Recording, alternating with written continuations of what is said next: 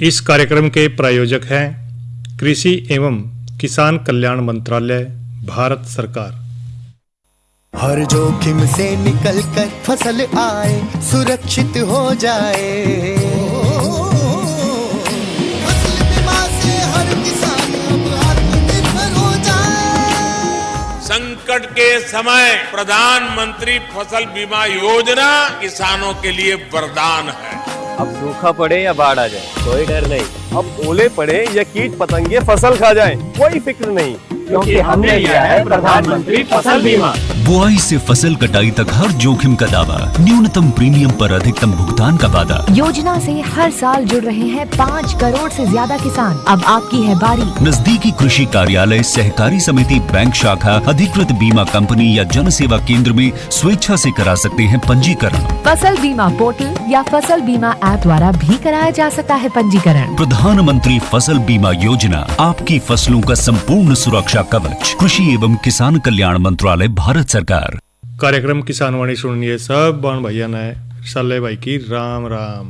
कार्यक्रम किसानवाणी और इसमें भाई हम खेती बाड़ी ने लेकर बात करते रहे हैं। और भाई कई बार तो जो है ना अपने पशुधन के बारे में भी जिक्र करा है, कई बार जो है ना हम भाई सब्जियां के बारे में भी जिक्र करते रहे हैं। और भाई इसके गिला जो है ना फड़ा का भी जिक्र करना बड़ा जरूरी हो जाए, क्योंकि भाई अगर हम फल जो है ना पैदा करेंगे और हम उन्हें फिर खावेंगे, फिर हम स्वस्थ रहेंगे।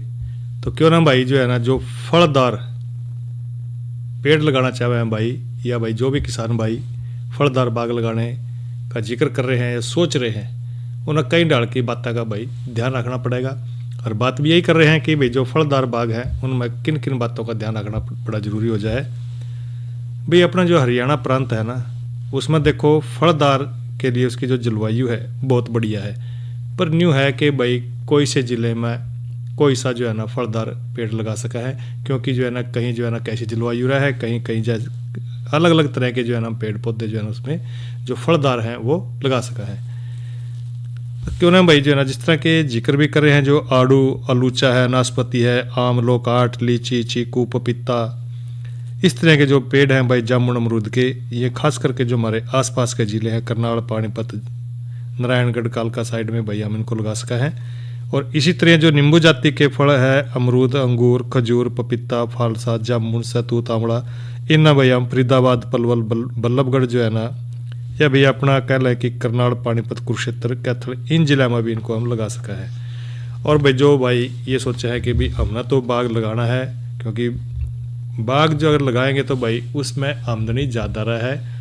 भाई एक बार लगाना जरूर पड़ा है, क्योंकि बीच बीच में नहीं सोचा है कि भाई कई बार तो भाई बाग लगा लें, कोई दूसरी फसल ना ले सके। भाई इस डाल लगाओ बाग ना है कि बीच में जो है ना कोई दूसरी फसल भी आप सब्जियां की ले लो या और कोई फसल जो है ना उसमें ले सको। इस तरह पौधे की दूरी का ध्यान रख के आप जो है ना फलदार पेड़ लगा सको हो। और भाई बाग लगाने के लिए तो देखा है कि भाई ज़मीन के ऊपर बात है, क्योंकि अगर ज़मीन बड़ी होगी तो भाई बाग जो है ना बढ़िया होगा।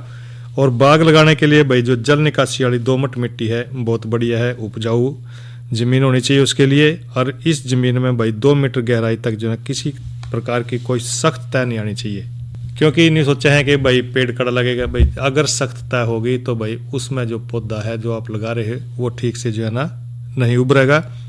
और पानी की सतह भाई 3 मीटर गहराई पर होनी चाहिए। दलदली या ज़्यादा लवण वाली ज़मीन और अम्ल वाली ज़मीन में भाई जहाँ तक हो सके फल वाली फसल जो है ना आपने नहीं लेनी है। वहाँ पर जो है ना पेड़ पौधे जो फल वाले हैं वो नहीं लगाने हैं। तो फलदार पौधे लगाने के लिए भाई एक तो जो मिट्टी है उस 2 मीटर की गहराई तक नमूना लेकर, क्योंकि जो ऊपर की तय ना नीचे की मिट्टी के जो पोषक तत्व हैं उनकी मात्रा जो है ना फलदार पेड़ के लिए भाई बहुत महत्वपूर्ण हुआ है। क्योंकि भाई बाग लगाने से पहला जो मिट्टी का परीक्षण है उसने करवा लें तो और भी बेहतर रहेगा। और भाई मिट्टी के नमूने लेने की विधि कई तरह के कई बार जिक्र भी कर दे रहे हैं, भैया को बताते भी रहे हैं, क्योंकि भाई कई तरह की जो है ना विभिन्न गहराइयाँ तक भाई मिट्टी के नमूने इकट्ठा करके, यानी कि ऊपरी 15 सेंटीमीटर तक और 15 से 30 सेंटीमीटर भाई 30 से 60 सेंटीमीटर इस तरह जो है ना भाई अलग अलग सतह तक हम उसके नमूने ले सके हैं। और भाई मिट्टी का नमूना लेते समय जो है ना भाई ज़मीन में पाई जाने वाली जो कंकर है इसकी तह की गहराई और मोटाई और ज़रूर नोट करें और उसका नमूना भाई अलग से ले लें। कई बार देखा है कि भाई जो फलदार पेड़ हैं जिस तरह बेर, अनार, अमरूद, अंगूर या फालसा, नींबू, पपीता है, तो भाई इनकी लवणता जो स्तर है वो वो सबका अलग अलग हुआ है। और बाग लगाने का जिक्र करें तो भाई जो बाग लगाने का समय है, तो हम अपने जो हरियाणा प्रांत है इसकी जलवायु के अनुसार आप बाग लगाने के लिए जनवरी में, फरवरी में या भाई फिर अगस्त से लेकर अक्टूबर का जो समय है बहुत बढ़िया है। अंगूर का बाग लगाना चाहो, आड़ू का, अलूचे का, अनार का, नाशपाती का, आंवले का या भाई बेर आदि का लगाने के लिए 15 दिसंबर तक 15 फरवरी तक का जो समय है बहुत बढ़िया है। पर भाई बाग जो आपने लगाना है वो इब भी लगा सको हो। और सदा हरे रहने वाले जो पेड़ हैं, जिस तरह की जो नींबू जाति के पेड़ है, अमरूद है, आम है, बेर है, लीची है, इनको भाई आप अगस्त से लेकर अक्टूबर तक लगाना चाहिए इनको। और इस समय जो है ना मौसम कुछ ठंडा और नम हो जाए है। और इसको लगाने के लिए भाई आपने जो है ना सबसे पहले क्या करें हैं, आप जाना भी है कि भाई खड्डा खोद देंगे जब भी पेड़ लगाएंगे। तो जो बाग लगाना है उसके लिए ज़मीन को अच्छी तरह से तैयार करना है भाई। ट्रैक्टर गेला जो है ना गड्ढे खोदने हैं, या जो खड्डे खोदने वाली जो मशीन है भाई उसका भी भाई आप प्रयोग कर सके हैं। और आप जो है ना 90 सेंटीमीटर चौड़ा 90 सेंटीमीटर गहरे खड्डे खोद सके हैं। और जिसकी जो है ना भाई क्षमता लगभग 40 से 50 गड्ढे प्रति घंटा है। तो इस तरह भाई आप जो है ना खड्डे खोदने के लिए मशीन का प्रयोग कर सके हैं। और भाई पौधे का जो फासला अपना रखना है फलदार पौधों का, जिस तरह का आम है, कलमी, इसको आपने भाई कतार ते कतार और पौधे ते पौधे की जो भाई दूरी रखनी है वो 5 मीटर रखनी है। और 1 एकड़ में लगभग भाई 156 पेड़ आपने लगाने हैं। इसी तरह मीठा संतरा और ग्रेप फ्रूट जो है ना लगाना है आपने, तो उसके लिए भाई 7 मीटर की जो है ना उसमें कतार ते कतार और पौधे ते पौधे की दूरी रखनी है। और 90 पेड़ लगा सको हो आप 1 एकड़ में। नींबू का जिक्र करें तो भाई 5 मीटर का फासला और 156 पेड़ लगा सका है। अंगूर है बावर विधि से गिला तो भाई 3 जो है ना मीटर का फासले पर आप जो है ना 435 पेड़ लगा सको हो। तो भाई इस तरह जो है ना अलग अलग पौधे के लिए भाई अलग अलग जो है ना फासले रखने हैं। अगर आपने सोचा है कि भाई हम तो जो है ना लीची का पेड़ लगावा तो 8 से 10 मीटर का फासला 72 से लेकर 49 पेड़ लगा सको हो। पपीते का जिक्र करें तो भाई 1.5 से 2 मीटर का फासला रखा है। और भाई 1700 पेड़ से लेकर भाई 1054 तक जो है ना आप पेड़ इसमें लगा सको हो। और पौधे और बैलाना का फैसला भाई कई करा जिस तरह की जलवायु है ये और दूसरी बातों को ध्यान में रख के आपने करना है। और पौधों का चुनाव भी भाई आपने अच्छे लेने हैं, रोग रहित पौधे हैं जो अच्छी नर्सरी से आपने उनको लेना है।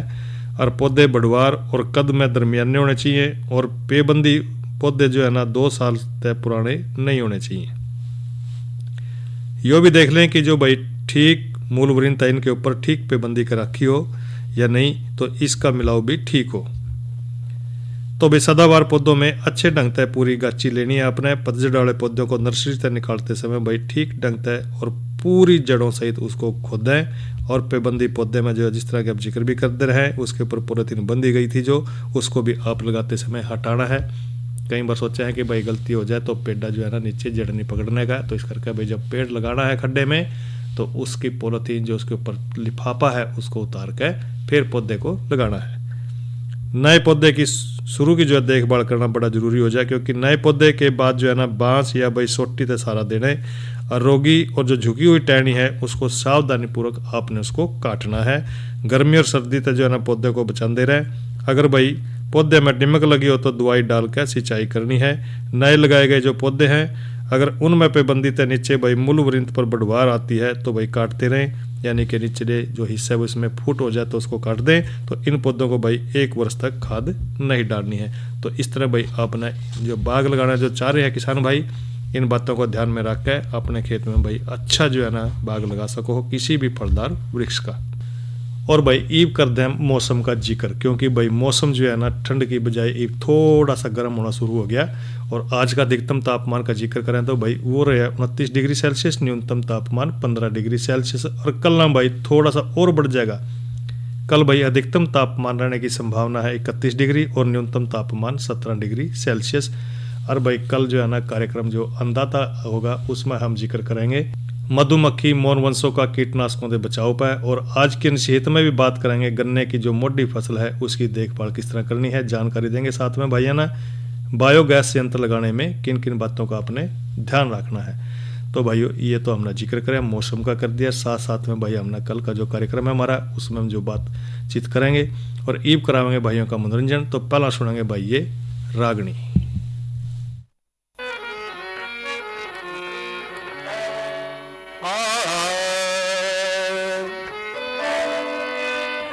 राम राम मैं भी टोटा आजा,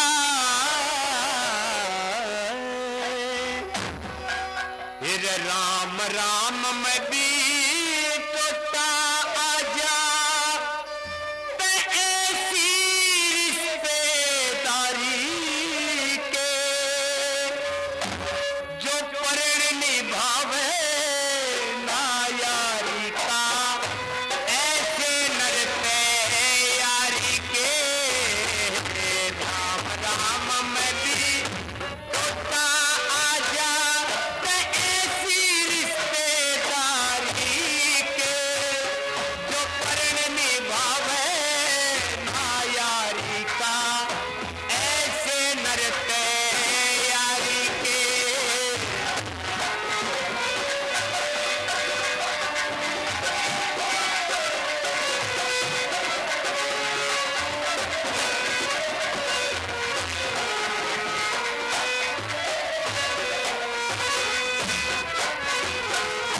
पत्नी होते हो पतिव्रता, पत्नी होते हो पतिव्रता, जो बुंदी बोले वो नारी के, जो सलाह पत्नी की ना मने, ते ऐसा पति व्यवहारी के।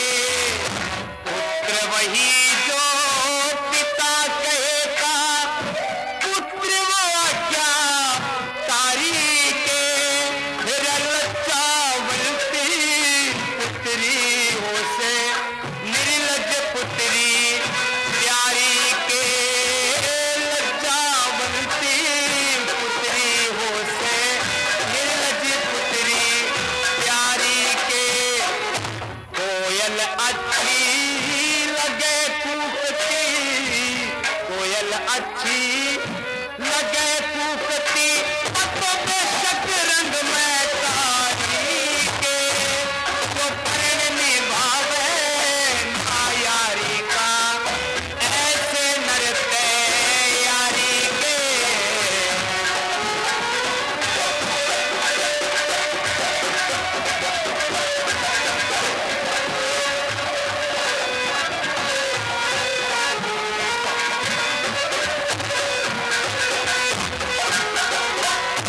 दान नहीं दे अथायो,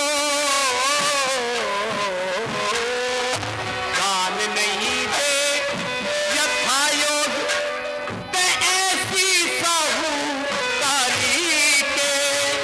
जो सोता करके गत्ता खा जा, उसका नाम व्यापारी के।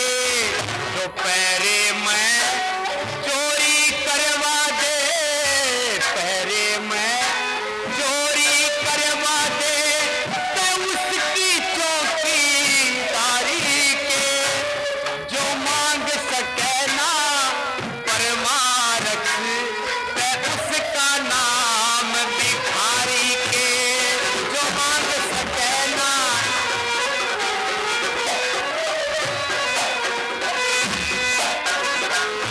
जिसका जावे चूक निशाना, जिसका जावे चूक निशाना, भाई उसका नाम शिकारी के। जो परण निभावे ना यारी का, ऐसे नर पे यारी के।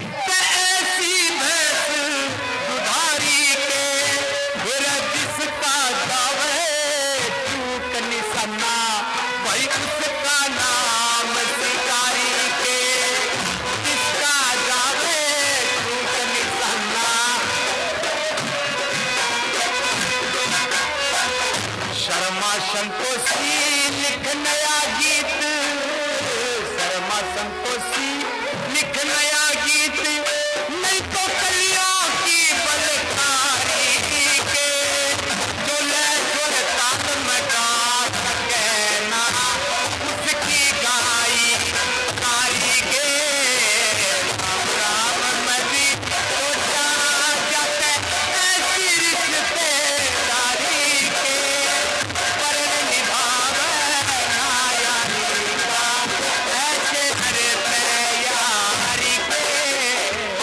और भाइयों ये तो सुनी रागनी गायक कलाकार थे महावीर ग्रोवर। और भाई ईब जो है ना बात करेंगे नई फसल नई उमंग में। गन्ना फसल की बिजाई में किस तरह का आपने ध्यान रखना है कि गन्ने की जो फसल है हमने जो बीज भी दी है या बीजने की तैयारी कर रहे हैं, किन किन बातों का ध्यान रखें, कौन सी सावधानी हमने बरतनी है। क्योंकि भाई जो गन्ना फसल है देखो काफ़ी लंबे समय तक जो है यानी कि लगभग 1 साल की फसल है। तो इस फसल में खड़ी खड़ी में भाई कई बार न्यू देखने में आवा है कि भाई जो इसमें कीट है या और दूसरी तरह की बीमारियां हैं वो इसमें लग जा है। और भाई जब हम इसमें बोने का जिक्र करें तो भाई इसमें कई बार न्यू देखा है कि जब गन्ने की पूरी जमीन में दाब दी हो सके भाई दिमक भी लग जाए उसमें, या भाई कंसुआ या जड़ बेधक कीट जो है ना इसकी जो फसल है उसकी शुरुआत में देखना मिला है। और वो आक्रमण भी करे हैं, ये कीट जरूरी कर दे देखा है। क्योंकि भाई जमाव में कमी आ गई तो छोटे पौधे हैं उन्होंने यो खा के नष्ट कर दे है। तो इस तरह जो है ना खेत में जो पौधे हम सोचा है कि भाई हमारे 1 किले में इतने होने चाहिए वो कम हो जाएंगे और जो भाई कई करा कड़ी कड़ी हुए नुकसान होएगा और छिदे छिदे वो फिर मेढे बनेंगे। तो इस करके भाई जो है ना आपने ये ध्यान रखना है कि अगर जो है ना खेत के में दिमक आ जाए, क्योंकि इस कीट का जो प्रकोप है आमतौर पर गर्म शुष्क और जो रेतले इलाके हैं उनमें ज़्यादातर देखना मिला है।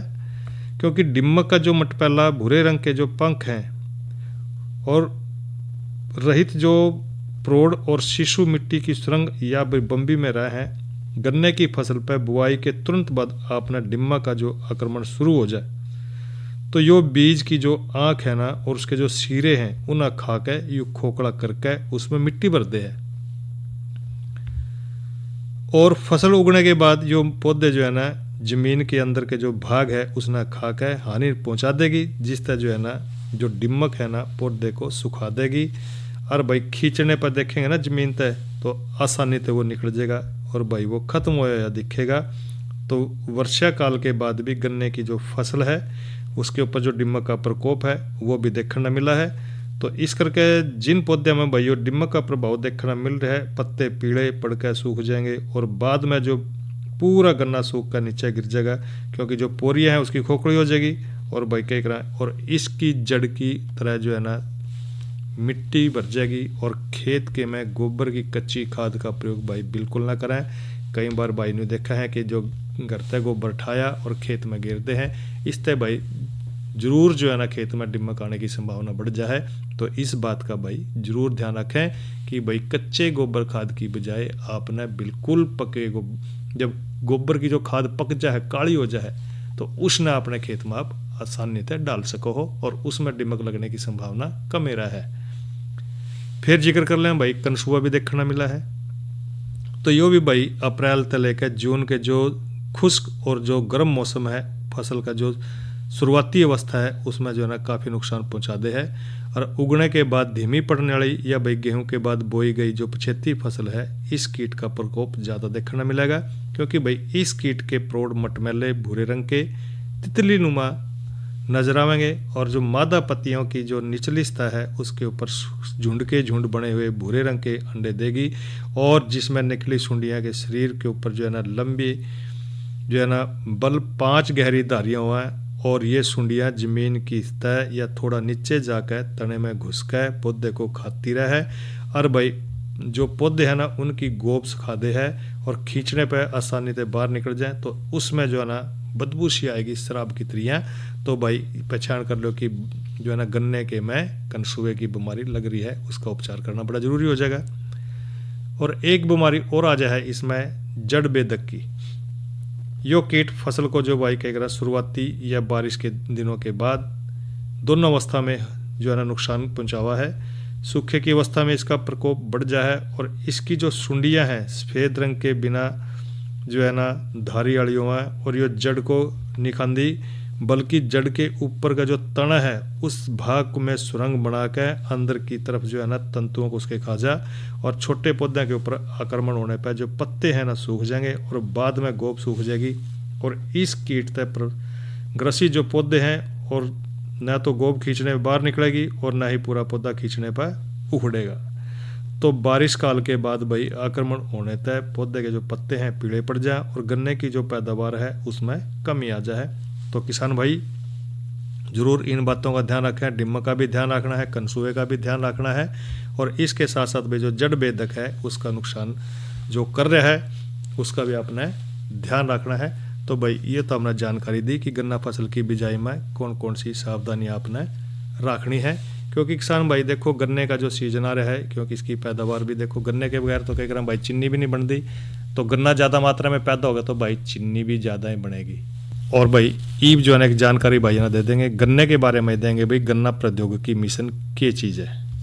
भाई गन्ना प्रौद्योगिकी जो मिशन है ना हरियाणा और जो अन्य गन्ना उत्पादक जो राज्य हैं उनमें गन्ने की खेती को भाई एक तो आधुनिक बनाना है, दूसरा जो उसकी उत्पादकता है उसको भी बढ़ाना है और भाई साथ साथ में जो किसान है उनकी आय में भी जो है ना बढ़ोतरी करना है।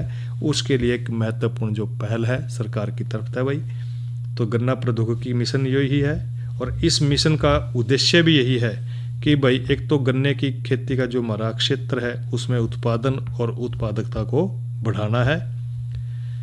गन्ने की खेती में भाई जो है ना वैज्ञानिक तरीके से उसको करना है और गन्ने की खेती में जो आधुनिक मशीन है उनका उपयोग भी बढ़ाना है, क्योंकि कई बार देखा है कि जो आजकल तो पढ़े लिखे किसान भाई हैं जो नई नई तकनीक आ गई है, नई नई मशीनें आ गई हैं, आपने उनका जानकारी लेकर अपने खेत में प्रयोग करना चाहिए। और इसके साथ साथ भाई जो उच्च गुणवत्ता वाले बीज हैं जरूर ध्यान रखें किसान भाई, क्योंकि भाई अगर हम बढ़िया बीज खेत में बोएंगे या भाई लावेंगे गन्ना तो भाई अधिक पैदावार मिलेगी। और चीनी रिकवरी वाली जो किस्में हैं बहुत लोकप्रिय है उनको हमने भी बनाना, क्योंकि भाई जो जिससे चीनी ज़्यादा बनेगी उस किस्म को लगाना है।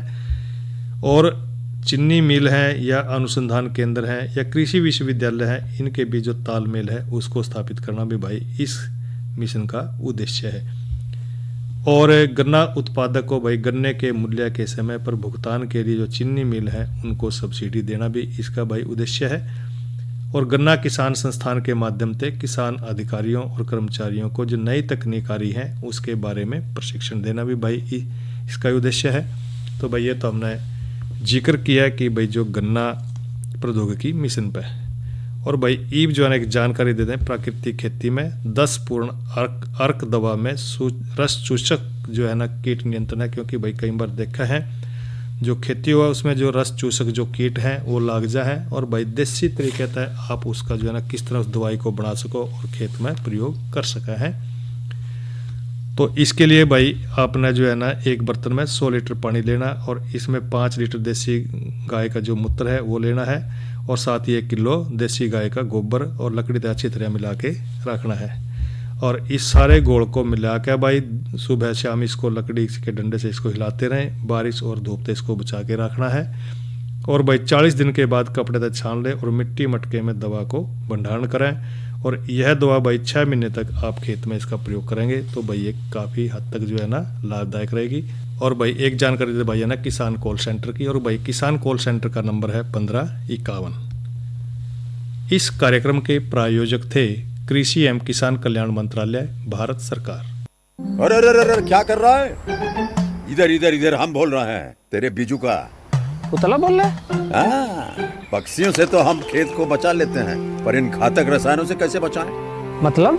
देख बेटा तू जो ये अंधाधुंध रसायन मिलाता है ना मिट्टी की सेहत बिगड़ने लगी है और जब माटी ही कमजोर पड़ जाएगी तो उपज कैसे सेहतमंद होगी? अरे पहले ऐसा नहीं था, पूछना अपने बड़े बुजुर्गों से कैसे फसल लहलहाती थी, शुद्धता झलकती थी। हाँ माटी भी तंदुरुस्त और लोग भी। अरे अब पहली वाली बात कहाँ, पर अब तो सब यही डाले हैं। सब नहीं, आज भी लाखों जागरूक किसान परंपरागत विधि से फसल उगा रहे हैं। खर्चा कम और उपज की कीमत भी बेहतर पा रहे हैं। सच है? रे बेटे एक्सपीरियंस से बता रहे हैं, धूप में बाल सफेद नहीं किए हैं। हाँ। ठीक है भाई, मैं भी आज से जैविक खेती शुरू करूंगा। माटी से प्रेम की परंपरा है, परंपरागत खेती। और भाई इसी के लिए कार्यक्रम किसान वाणी संपन्न हो रहा है। साले भाई न देव इजाजत। अच्छा भाइयों, राम राम।